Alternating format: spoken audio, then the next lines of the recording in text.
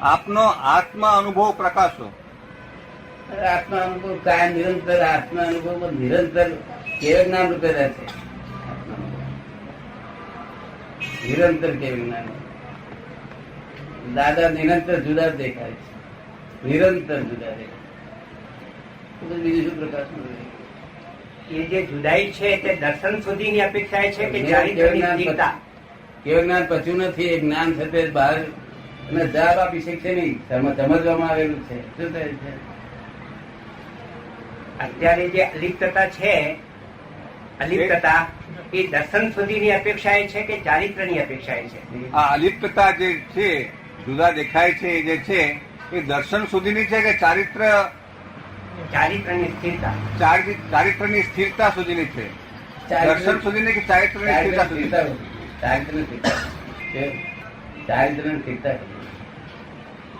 ચારિત્ર્યની સ્થિરતાની વ્યાખ્યા પ્રકાશો.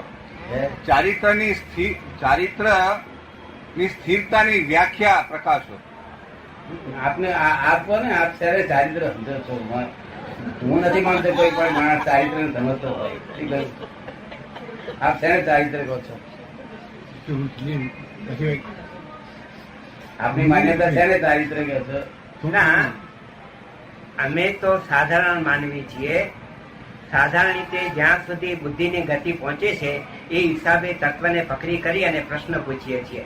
અમે તો સાધારણ માણસો છે. પૂછવાનું એવું છે ને, ચારિત્ર આપ તેને માનો છો તો હું તમને સમજાવું.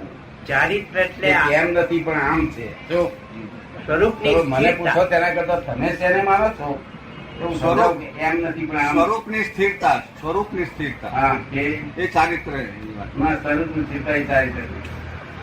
એ તો એ ચારિત્રમાં ગણતરી લેવામાં આવે છે. શું કહ્યું? ચારિત્ર ગણતરી. બસ જ્ઞાતા દ્રષ્ટા પરમાનંદી રહેવું એ જ ચારિત્ર છે. જ્ઞાતા દ્રષ્ટા પ્રમાણે રહેવું એ નિરંતર જ્ઞાતા દ્રષ્ટા રહેવું. એ તો શબ્દમાં ફેર પડ્યો દાદા. એ શબ્દમાં ફેર પડ્યો. શું કહ્યું?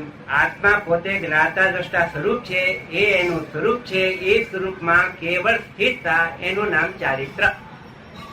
આત્મા જ્ઞાતા દ્રષ્ટા સ્વરૂપમાં છે એ એની સ્થિરતા એનું નામ ચારિત્ર. ના, સ્થિરતા નથી. સ્થિરતા નથી. સ્થિરતા એ છે તે નિષ્ઠું પદ છે.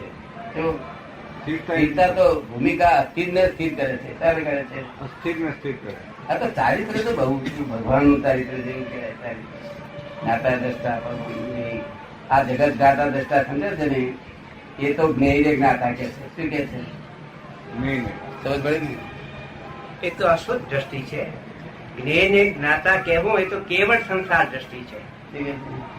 જ્ઞેયને જ્ઞાતા કહેવું હોય તો કેવળ સંસાર દ્રષ્ટિ છે. કારણ કે અશુદ્ધ દ્રષ્ટિ છે. એ જ ભાષા ચાલે છે અત્યારે. હા, અત્યારે ભાષા ગમે તે ચાલતી હોય, આપણે તો સત સમજવા માટે અત્યારે ભેગા થયા એ છીએ. ભાષા જે ચાલતી હોય તે આપણે તો જ્ઞાતા દ્રષ્ટા નિરંતર રહે એ જ ચારિત્ર.